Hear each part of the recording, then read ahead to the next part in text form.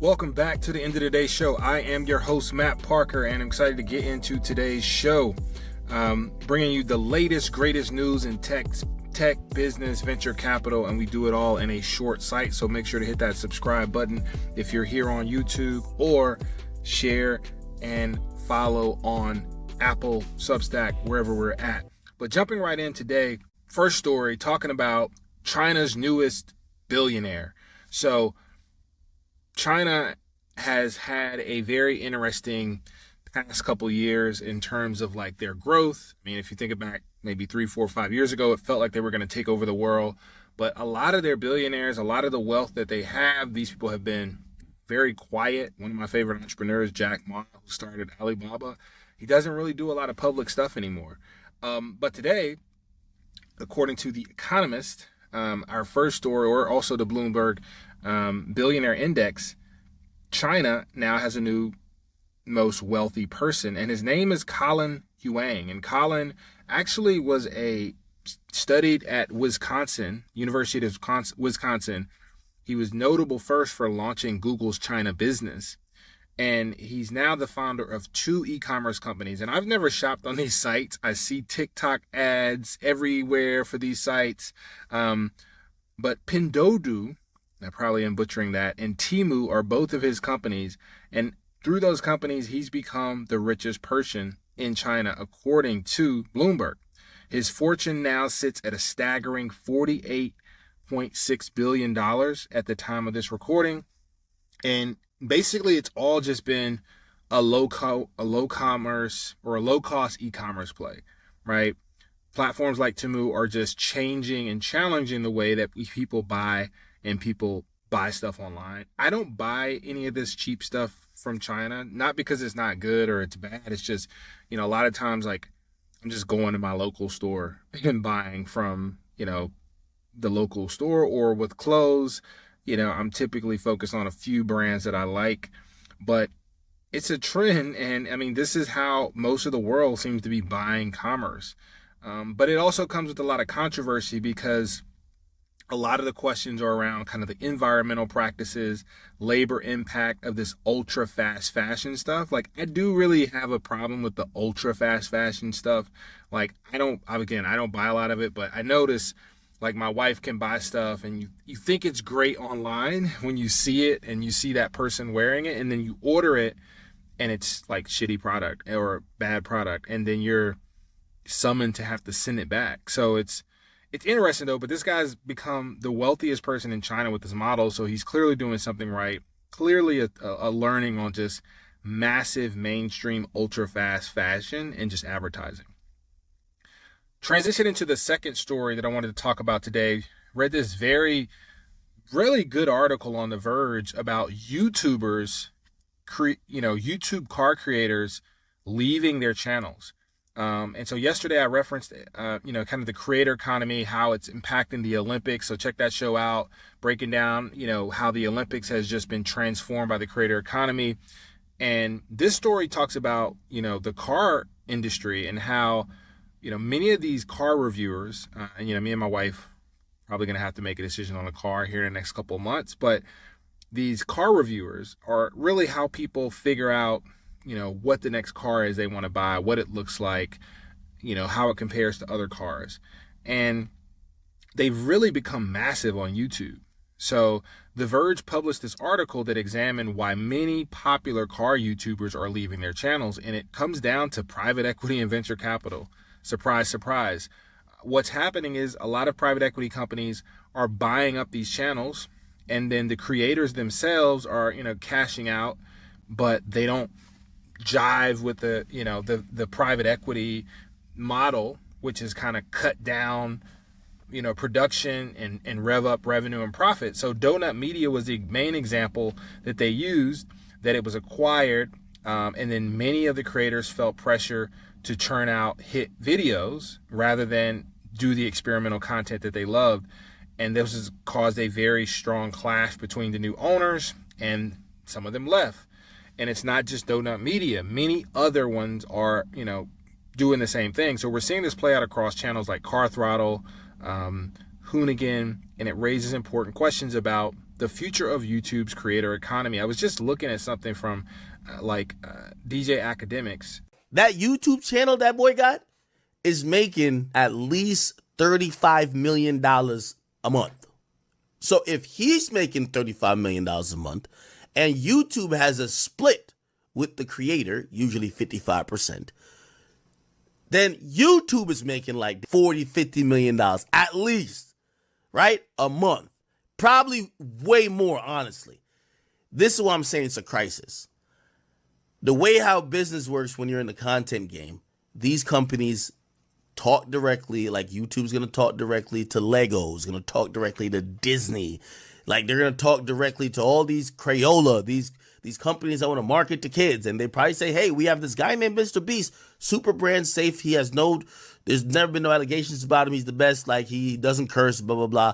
Yo, let's sign this deal for $300 million, whatever. So YouTube at this point, by the way, YouTube is still too big to fail, but they probably have signed deals for this guy, right? Who covers kind of like the hip hop rap creator economy movement, but he was talking off the cuff about Mr. Beast, and Mr. Beast allegedly is going to be making like $80 million a month on YouTube. And it's become such a massive business. I mean, these are venture scale businesses at this point, when you think about it from a perspective of like Mr. Beast. And obviously private equity is getting in there, but it's going to be interesting because if you are acquiring these, these assets, so to speak, you're going to want them to kind of churn out the hits and kind of create, viral videos. But when you really get into the weeds of some of the best creators, yeah, they end up going viral. But I always think about like DJ Vlad, who does, interviews, hip hop stuff. He always talks about, he just produces a lot of content and some stuff goes viral and it's great. But the biggest piece is that he just produces a lot of content and he tries to make good, dope content. And some of it's going to hit, some of it's not. But when you become owned essentially by private equity, not even venture capital, because I think venture capitalists would give you more freedom to do creative, experimental things. But I think with private equity, they just want to see those numbers. And so it's causing a big strife within this industry. And these people are leaving. Another car nugget that I read as well, not talking about it, but Elon Musk he's essentially recruiting a lot of the Tesla talent to go work at his new AI startup. And there was a recent announcement this week. Twitter moved out of San Francisco. It caused a big ruckus on Twitter, or X, ironically, and they're being forced to actually go work in the San Jose and Palo Alto offices, a part of the X.ai, where the X.ai team is. So it's really interesting kind of what Elon is doing. Like, I still don't understand the strategy of what he's doing with all these companies. Like, obviously he's smarter and richer than me and he knows what he's doing, but it does feel like there's a little bit of like just randomness, weirdness happening with all of his companies, kind of almost being like a conglomerate, but they're all still separate entities. Like, he's getting sued by some Tesla investors because he's stealing talent to go work at X.ai. It's very interesting times, but that was all kind of like thinking about just like cars, and like I've been thinking about like what's the latest new greatest car, but I didn't realize that the YouTube car creators is a huge asset class. Transitioning now into another topic, came across this essay by Sam Lessin. So Sam Lessin is notorious for being an early Facebook employee. He's also been fairly successful venture capitalist with Slow Venture, and his wife is the editor-in-chief founder of The Information, which is like a $50 million news platform that I use for a lot of my information to actually report on my daily show. But he does these like screenshot articles, and he did one this week that was pretty interesting, talking about the price of intent for digital advertising. And so this kind of relates back to like the fast fashion stuff. But he basically talked about this concept in advertising where it's the price of intent. And so he highlights how it often costs companies more to find and advertise to you than for you to seek out their product itself. And he gave a great example, doom strolling, as I like to call it, talking about, something that is a terrible thing to do that we all do, but just strolling on Instagram at 2 a.m. in the morning, nothing good. I almost think of that like how, I grew up in the South, and like there was always this, kind of fable of nothing good happens after 12 a.m. Like you're out in the streets, like anytime somebody gets shot, killed, has an accident, it's always like shouldn't have been out after 12 a.m. I don't 100% agree with that, because like, you can be responsible after hours, and especially in certain cities that just have like this ongoing nightlife, right? New York or Miami. But I do think it's interesting, like with social media, it's nothing good is going to happen for you on social media after a certain time of night. But he was doom strolling, and he brought up, like, he came across this ad. It was for a fascia scraper, and it was $110. And so, of course, it just summoned him to go, he felt that price was pretty high. So he jumped over to Amazon, and he saw the same exact item for $20.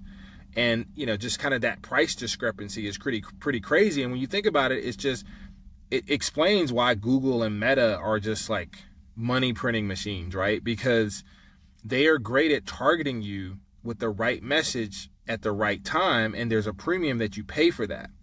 And in today's digital economy, attention is more valuable than the product itself. And so it's very fascinating to see this new world that we're living in, particularly when you pair AI with this, how well companies can now target you, because your attention at 2 a.m. when you're doom strolling it's valuable. It's way more valuable than like you having like a need that you like, oh, I need this thing because I want to go on Amazon and buy it, as opposed to it being advertised to you. So it's a very, interesting thing. And just like with marketing and like, now me doing content, it's an interesting way to like figure out how attention is so much more expensive than just someone novelly needing your service or your solution. It's almost like a commodity that someone would need anything that you're trying to sell them, but it's a premium on if you're able to sell it to them and target them. So that was an interesting screenshot. He does these screenshot essays, which are pretty cool. So we'd love to know what people are thinking about that. Like, what are some of the crazy discrepancies you find and stuff that actually gets advertised to you versus like something that you just want to go buy it because you need it? I feel like for me, it's like always something to do with like some kind of crazy vacation, like it's like this hotel and this is, and it's like a massively crazy expensive hotel. And you go to that place or you go to that city. And if you actually go and search it out and filter through, VRBO or booking.com, and you can almost get it down to a much more modest price than what you see on the internet, right? Because they're pushing you to like the most expensive, extravagant things, because a premium on that attention, versus if you really want to go to Italy, you can probably find a chic boutique hotel that you can go stay at, right? So it's always going to be like something that's crazy, but you were drawn to that advertisement, essentially. Moving on to another segment, venture capital trends and the recession fear. So this is a really big topic right now. A lot of people are out raising money.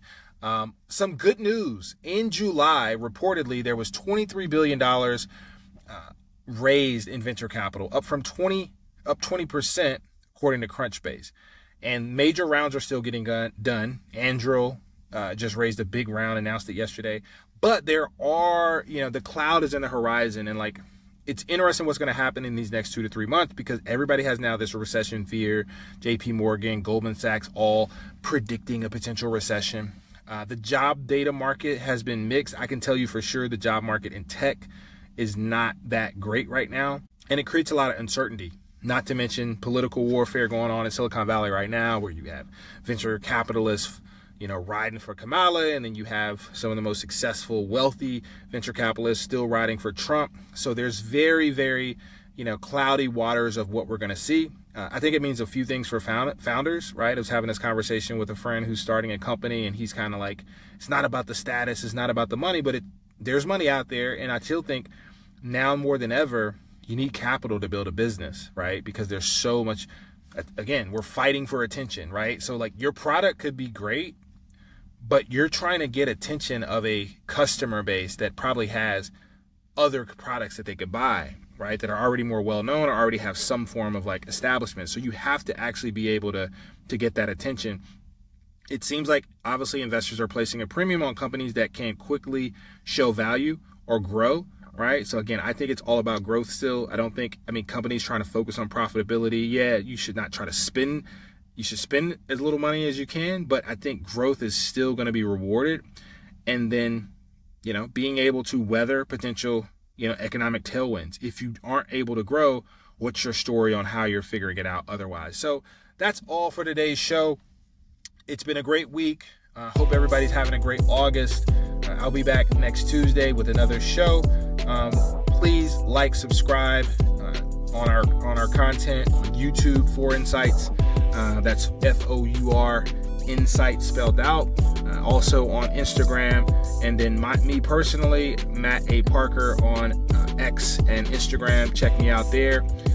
Also, check out the free ebook I launched on Maven, which is basically how to cold email your way into your first $1 million of venture capital. If you're an early stage founder starting a company for the first time, it's a great resource, getting a lot of great feedback there. And I'm launching an immersive fundraising course on Maven coming soon. So stay posted there. Have a great weekend, everybody. Hope everybody's staying safe out there wherever you are in the country. I'm Matt Parker. This is the End of the Day show. That's a wrap.